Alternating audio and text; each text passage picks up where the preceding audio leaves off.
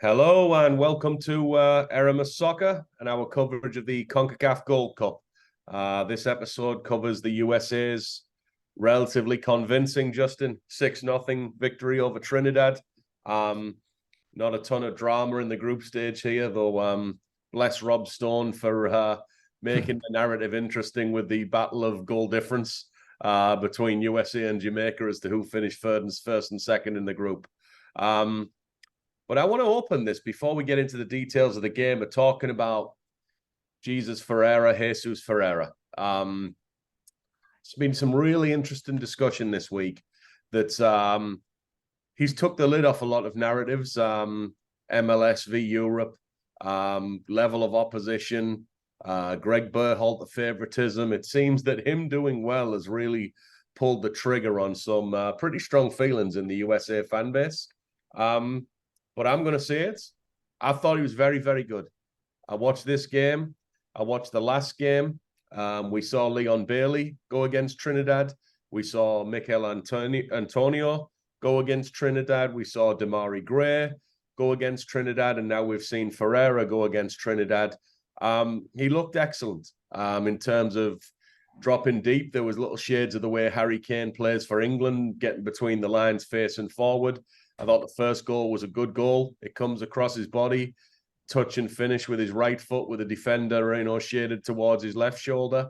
I thought he looked absolutely quality. There seems to be a belief system that because he plays in the MLS, he's below everybody who plays in Europe. I always have an issue when Europe is described as one uniform level of play. Andorra is not the same as Greece.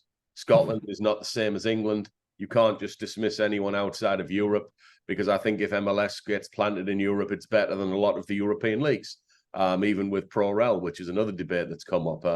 There's differences within England. There's a very strong narrative that Josh Sargent plays in England, which is true, but he plays for Norwich. So you can't say he plays in England without acknowledging he plays in the second tier of English football, which I watch every week. I'm a big Middlesbrough fan. We had Daryl Dike move from the MLS and college game to the English Championship, didn't struggle at all. Josh Sargent hasn't struggled at all. My prediction, having watched a lot of championship games, Ferreira wouldn't struggle at all, would absolutely love him to play for Middlesbrough, and would trade him for Marcus Forss, given the choice. Watching this. But you've got some first-hand experience. You've played in the MLS. You've played in the Championship. You've played in the Premier League. You've been on one of the greatest teams in Premier League history. So your opinion really carries some weight with me. Where does MLS stand in comparison to the English Championship? I would say the MLS is getting better year by year. And I say that why? Because you look at the quality of players, you look at the age of the players that are now playing in the MLS and wanting to come to the MLS. You look at the standard of play, you look at the goals going in, you look at individuals in individual teams that are doing crazy numbers, scoring goals, assists. Tactically, the players are getting better. You've got top coaches now that are going over to America and wanting to coach. You've got top facilities. So what is happening is you're seeing the US game, and I would just say not just in the MLS level, but international football also is developing, because the level of the MLS is getting a lot better than it has been in the past. Before, we would look at we would look at MLS and we would say, okay, people would say it was League One, bottom end of Championship. Now you would go on and say it's the top end of the Premier League, top end of Championship, borderline bottom end of the Premier League. And why I say that is because at the bottom end of the Premier League, you've got teams that are bouncing up and down. And I would say if you put the top team in the MLS in the Premier League or Championship, they would be one of them teams that bounce up and down. Yes, okay, it's different with added pressure with promotion and relegation. Yes, that's normal. But I would say the top end of the MLS, you look at the players, you look at the quality of some of these individuals, and you're looking at a good team. We look at Cincinnati. We talk about Cincinnati. I watch them on a regular basis. they've built a good squad and a good foundation. Would that team survive in the championship? I think it would. Would Ferreira fit in the championship? I think he would. Would he fit in a bottom end of the Premier League? I think he would. You know, you look at his numbers. I was looking at his stats just before, and I don't see why people are, you know, umming and ahhing about him. Okay, he's at Dallas at the moment, but he's only 22. You look at his numbers. I think it's here. It says from 2020, he's played 21 games and scored 14 goals for the US national team. So someone who's played 21 games, who's the age of 22 and scored 14 goals for a national team at that age, you're looking at a good striker there.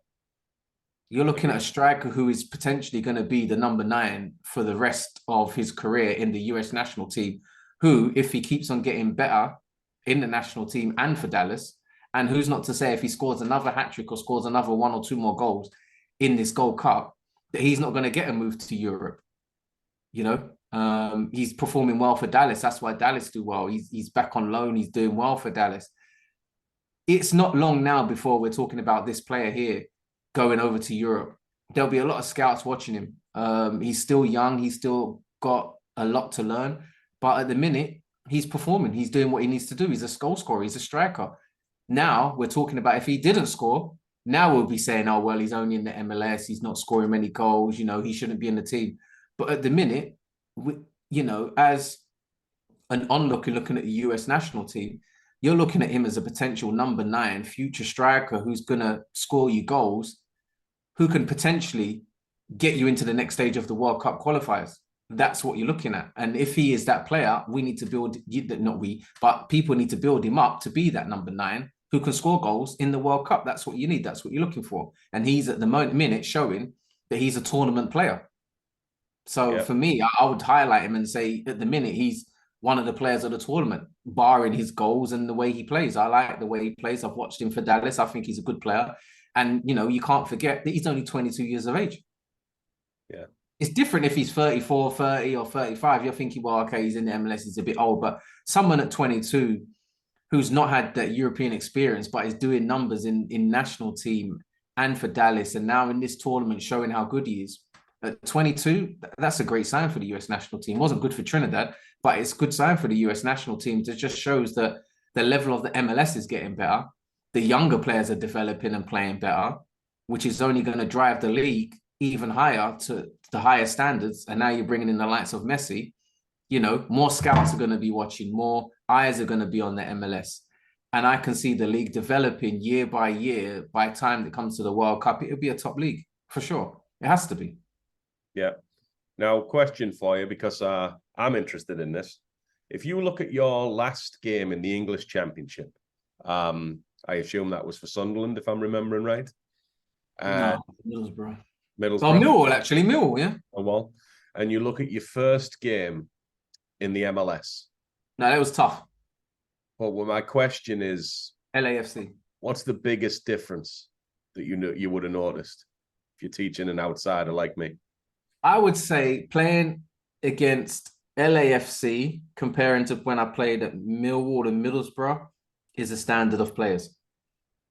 You know, when I played LAFC, they had Carlos Vela. I can't remember who else they had. I think they had Blessing. They had someone else and a few other players. But they're all national team players. You know, they're all national team players of their represented countries and 1 or 2 US national team players. So you think you're playing against national team players at high levels, South Americans, 1 or 2 top European international players. Whereas in the championship, when I played my last games, I wasn't playing against that level. So you're now looking at it is that you're playing against international world-class players, and you have to call them world-class because they're players that have played in the World Cup. They're players that have played at international level in World Cup qualifiers. So when I say they are world-class players, they are because they're playing in them tournaments. Whereas you go and play in the championship, you're not playing against that because they're not, a lot of them weren't, you get 1 or 2, but majority of them in my last game, they wasn't international players and they wasn't, certainly wasn't trying to qualify for the World Cup. So for me, that's the difference. And I'd just say the quality and level of play. The MLS is a lot more intense than people think. It's end to end. It is fast paced. It is aggressive. It is an athletic game, and you don't actually realize how good the MLS is until you play in it. And I'll be honest with that. And a lot of European players that have gone over and played in MLS have said the same thing. You don't actually realize how hard it is going and playing in MLS until you actually playing it. It looks all easy on TV, but it's not. Yeah, I mean, it is a very, very high standard. I think what surprised me is obviously there is an English anti-MLS bias level-wise where you don't watch it as much. You know, you don't. You've got maybe the best league in the world right in your doorstep, so that makes a little sense. But the American public opinion against MLS is something I struggle with a little bit, and I'm a little bit surprised by, to be honest with you. But can't change it. But it's very interesting to hear firsthand the thoughts of someone who's played in both leagues. It's getting really good, the MLS. I'll be honest with you, and I'll be honest. I watch MLS a lot. I watch the level of players. I watch a lot of individuals. I watch a lot of games, and now with it being on Apple, it's perfect to watch all the games. So for me, I watch a lot of it, and I just see the standard really rising. I think that the tactical awareness of players is getting better. The ability of players are getting better. And what's interesting to see is that now a lot of European coaches and top-level coaches and South American coaches are going over to America. And now that is going to improve the league. Why? Because they're bringing their European, South American international experience to the US game. So now you're going to get better quality standard of players because the coaching is now going to be increased. You look at, I think one of the coaches from Man City has now gone technical director to Austin now. So now Austin are obviously going to change the way they look at things and outlook of the game. So now they're going to improve.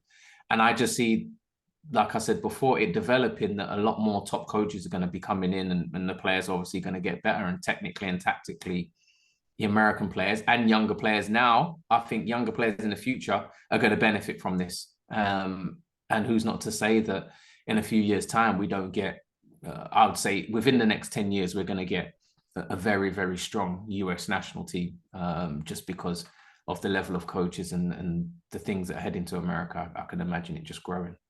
Yeah, interesting. Onto this game.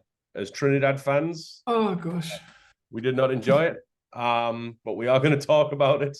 We have to, where Trinidad goes from here. So, you know, there's some changes to the lineup here that surprised me a bit, but at the same time, we've come off a pretty heavy beating. It's understandable that the coach shuffles the pack, but the goalkeeper Frenderup is out. The defender Moses, who deflected that late goal into his own net, is out. Gomez, Rampasad, a little bit surprised at that one, given he scored and played well. And Fortune out. And the lineup we were left with is Philip comes into goal, centre-back pairing of Archer and Bator. Pretty decent fullback pairing, I thought, of Hodge and Jones. Hackshaw in that now familiar number 6 role. Singh and Molino making up the centre mid with a front three of the impressive Jovan Jones, Shaw, and Garcia. Any shocks for you in the lineup? Any strong opinions, or like me, are you standing the need for rotation? I was still surprised they changed the goalie. Yeah. Phillips is an inexperienced international goalkeeper, but I was still surprised that they changed the goalkeeper. I know 1 or 2 mistakes for him, but I know a lot of it was he could do. Archer, I felt, was a surprise. I would have put Aubrey David centre back with Sheldon Bateau, just because I know they've played that partnership before and they've got a little bit of an understanding. I was happy to see Jovan Jones, Molino, and Garcia play as a free. Yeah. Okay, I'm not sure about the strike. I probably would have put Garcia there and put Telfer. But I'm not sure after Telfer's first game why I can see why they didn't put him back in. But I would have given him a chance. But other than that lineup, no, they're the only changes I would have made. And yeah, I just felt the US overpowered them. You can just see the standard of the level that US are at are way more advanced than Trinidad at the moment. And I would say tactically, tactical discipline, I would feel that the US had over Trinidad, just put it that way. Yeah, and you're looking for an upset here, and oftentimes when you see an upset, the first chapter involves ball pressure, intensity, rigid organization, hard work, and kind of a feeling watching the game of, oh, it's going to be a tough one. Did not get that feeling at all. I thought the first 10 minutes was one-way traffic. I thought there was maybe a couple of signs of nerves. There was one play where they play the ball into Hackshaw's feet, the 6, kind of bounces off him way above head height, goes out for a throw-in. He's a much better player than that. A couple of the turnovers under no pressure, and, like, I don't know if it's nerves or what it was, but I just thought the first 10 minutes pretty much set the pattern of USA dominance, possession, bodies forward, going to goal in numbers. And it didn't look good early doors. Any further observations from you from the opening 10 minutes? No. It just looked like a nervy game. I felt the team was very nervous. I felt that, like I say, they showed the US too much respect. Is that nerves and playing against the US, that they know the history, but I just felt that the US come out of this game ready to play and ready to put out a statement. Yeah, we did have a chance for a lightning strike against the runner player lead. Garcia dispossesses Mihailovic, escapes down the right wing, crosses, finds Jones, who I thought had a very good game at the back post, and he misses a big chance to silence the stadium and put a cat amongst the pigeons. Not long after that, sadly, counter-attack, the impressive DeJuan Jones plays it, gets in down the left, plays it to Ferreira. The defender's kind of on his left shoulder. He lets it roll onto his right foot, sets it up with a first touch, finishing the side netting. Thought it was a good goal, technical ability. Yeah, thoughts on the goal? Yeah, I'd see disability of this Ferreira. What you can hammer him all day long for playing in the MLS, but if you look at his movement and you look at his touch and his finish, that's a touch and a finish of a world-class striker there. And at the age of 22, that's a great finish. I know you got to beat what's in front of you, but he still had a lot to do. I feel a lot of strikers would have lashed at this or would have tried to take it first time, but I just feel he's in the right place at the right time, and his technique and tactical ability and awareness around the box and to finish like that is something else. On the Trinidad defending side of it, they didn't track the third man run, and they didn't pass players on, a bit of late reactions, and now you get punished against these top class players and top talents. You get punished like that. Yeah, and pressure keeps coming. Bit of a one-sided game. I was going to say in the first half, but really all game. In the Jamaica game, I thought Trinidad showed some life in the second half, not so much in this one. Mihailovic plays in an overlapping Zendejas, passes it. Ferreira at the back post, ball bounces around a little bit and scores again, 2-0. And we're in a deep hole already. Thoughts on a second goal? Yeah, I just feel when you go 2-0 down, and I just feel like the defensive side of the play is just it's just more, the communication wasn't there. A lot of late reactions, not picking up the runners, not tracking the runners, not passing people on, and a lot of ball watching. But credit to Ferreira, the goal scorer again. He's shown his ability to finish. Yeah. We've got Molino booked for an altercation with Sands. Looks like frustration yeah, 100%. building up. We've got a penalty. Injury time, first half. Ferreira again. We get Brian Reynolds, the right back. I couldn't read my own notes for a second there, who, by the way, I thought was very, very impressive, Brian Reynolds. Yeah. Him on the right back, right flank, I thought was the second best player for the USA behind Ferreira, and I thought Jones on the left flank was very good. Goes in, couple of combinations, brought down for a penalty, and Ferreira finishes, and we go into half-time, 3-0 up, maybe even game over. What are you thinking if you're the coach at half-time? Let's try and shut up shop. Damage limitation. you know that you see the game, you know that your team has mentally, I feel, have gone. But you've got to give them a bit of life and a bit of hope. You have to just say, come on. We might be 3-0 down at the US and their home turf. This is our last chance. Let's try and go for it. If we can try and get one back here, it's a different game. Yes, they are 3-0 up at half time, but let's try and at least get a goal or try and go out with I would say go out with a fight. Just play it simple. Play it plain and simple. Let's go out with a fight. We're 3-0 down. We got nothing to lose. Let's go out, and if it's our last game in this tournament, let's at least show the ability we did in the first game. Yes, it's the US men's national team, but at the same time, we are Trinidad. We are a national team, and let's do our country and nation proud. Yeah. We get 3 subs: Gomez, Gill, and Rampasad, who I thought played well in the Jamaica game, come in for Singh, Molino, and Jones. Was very surprised personally to see Jones brought off. I thought he was causing problems. Some of the very few problems that Trinidad were causing were coming through Jones. But we start the second half as we finish the first. Ferreira's in Dejas, couple of 1-2. We go down, there's a penalty appeal, but USA front foot straight away. We go down, we have a chance when Garcia breaks away, finds...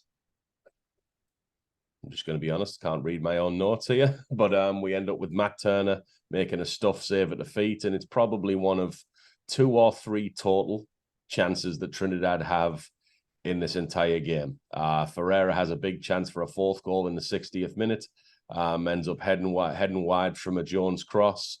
Trinidad keeps swinging. Gomez smacks a shot from distance off the goalpost. I thought that was a good chance. Probably the last chance Trinidad had.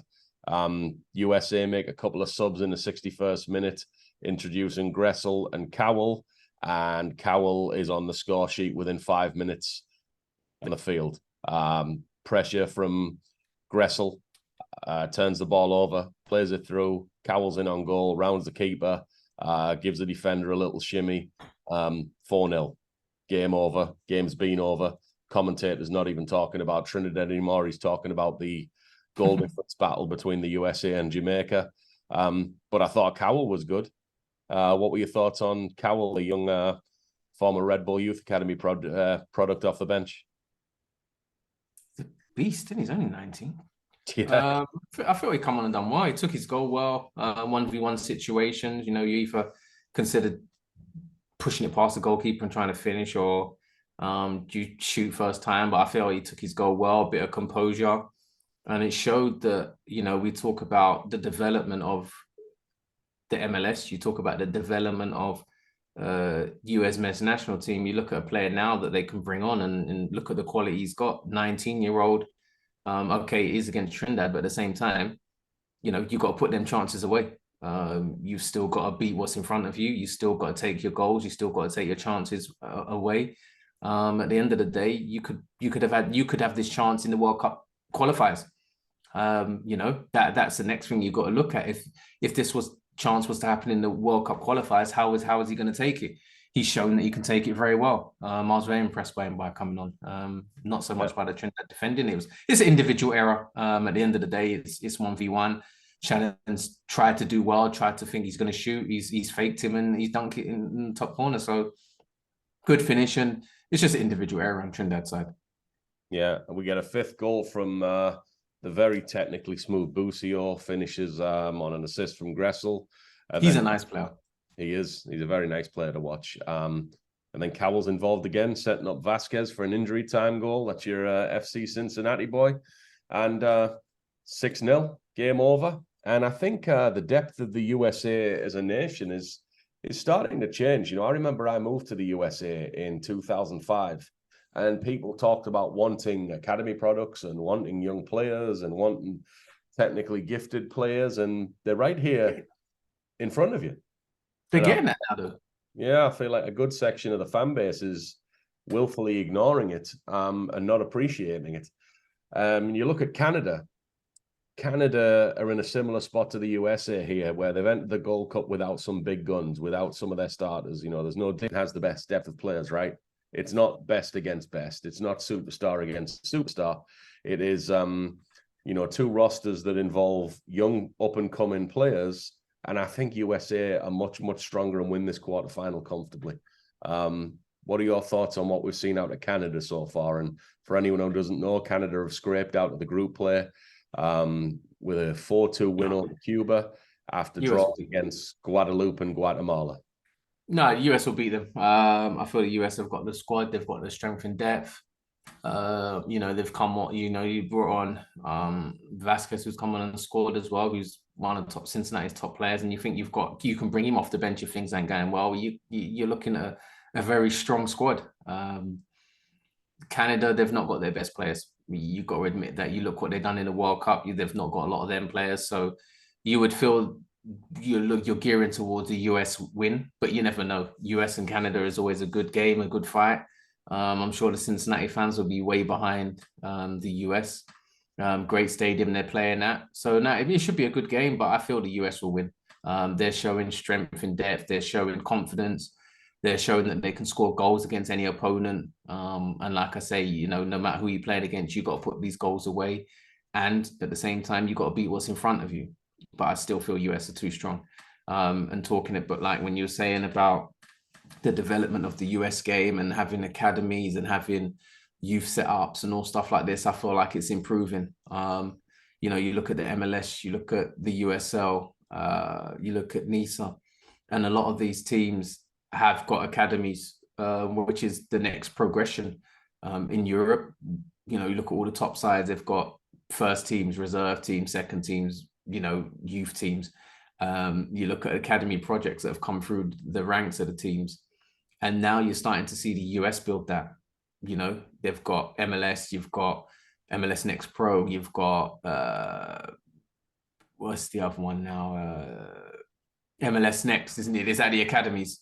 The USL Championship has recently had 2 guys. USL Championship have got academies now. They've got USL League One now. You've got USL League Two, which is academy projects as well. So for me, it's like that's the next development. And why I say it's helping is because you're getting these European coaches not only at the top level and the top end of the first teams, but you're getting top European coaches now coaching at academy level, and you're producing good players. You look at some of these Gold Cup players, they're between 19 and 25, or even 19 to 23.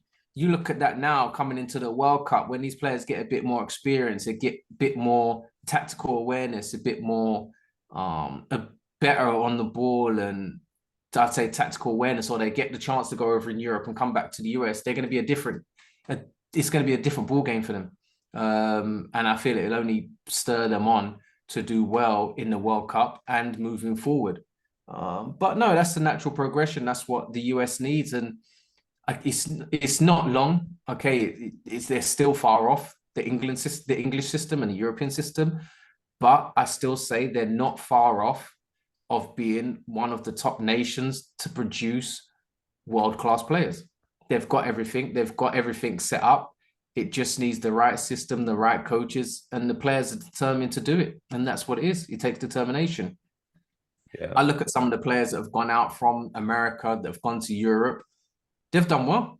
They've gone to England. They've gone to Germany. They've gone to Italy, 1 or 2 players. And I think they've performed well. I always remember playing against Tyler Adams when he was at New York Red Bulls, when I was at Cincinnati, and we played in the Open Cup. And I said to myself, he was playing right back at the time, and I was playing left back. And I said to him, he'll be a good player. And I watched him closely, and I said, he'll be a good player. And what's good about him is that he's just not good as a right back. He's good as a holding midfield player. And he was a huge influence in the Leeds team that was doing well. And when he come out injured, they started falling off. Yeah. And that just shows you how good of a player, okay, he's only small, but how much of a huge impact he had on that team. And I still think he's a great player. And I can't see why, if not soon, if 1 or 2 Premier Leagues or European teams will be after him. Yeah, agreed. He actually scored a big goal. I remember, I don't know if it was the quarterfinal. I think it was the quarter. Yeah, he's a good player. Winning goal in the Champions League when he was playing in Germany. But Yeah, anyway, back to Trinidad. And sadly, this will be our final coverage of Trinidad before we cover USA, Canada at the weekend. Unfortunately. Coaching change already after this tournament. And it's an interesting job to come into because I think if somebody can organize this team, give them some steel, give them a backbone, I think there's a core there. You know, just I've only watched these 3 games. I've not, got the extent of Trinidad knowledge you have, but you've got Levi Daniels, I thought played very well in the tournament. He's 25 years old. You got Nabil Hackshaw, thought showed the ability to play as a 6. He's 27 years old. You've got Kaylee Ovre, the winger, who's 19 years old. You've got Jovan Jones in the front line, who is 31, but I would argue that Trinidad is not a good enough, strong enough team to be casting off a 31-year-old of that level and looking to build without him. I think you keep him there to develop Ovre. You got Andre Rampasad, who's 28 years old. And you got Alvin Jones, the right back, who played very well, who's 28 years old. So you got 2-3 years with a core and a backbone of a team that could get some results in CONCACAF. No? What are you seeing when you watch these games, Justin? No, I do. And I'm a big believer of yes, there probably will be a coaching change just because of the results and the way the team went out and the team performed. I'm a big believer of one of the coaches that was in the national team before when I was playing. And if I read well, and what I'm seeing is that he might be coming back. Is that possibility? Yes, if they get things right and they agree to, I would say if they agree to his terms, because they know he left on the whatever. He is a coach that is a proven coach. He's worked with a lot of these players already. Hart was coaching in Canada for a little while. Stephen Hart, I think he's a very good coach. He got our team when we was there into the Gold Cup for the first time for years. He got us into the hex of the World Cup. And once we got into the hex, whatever happened. He then left. Under what circumstances, we don't know. And then the team fell off after that. But I say if he was able to keep that team together, that core team together, and the federation backed him 100%, I feel that we could have made the World Cup. Just by the way he had the confidence in the players, he had the way we was playing.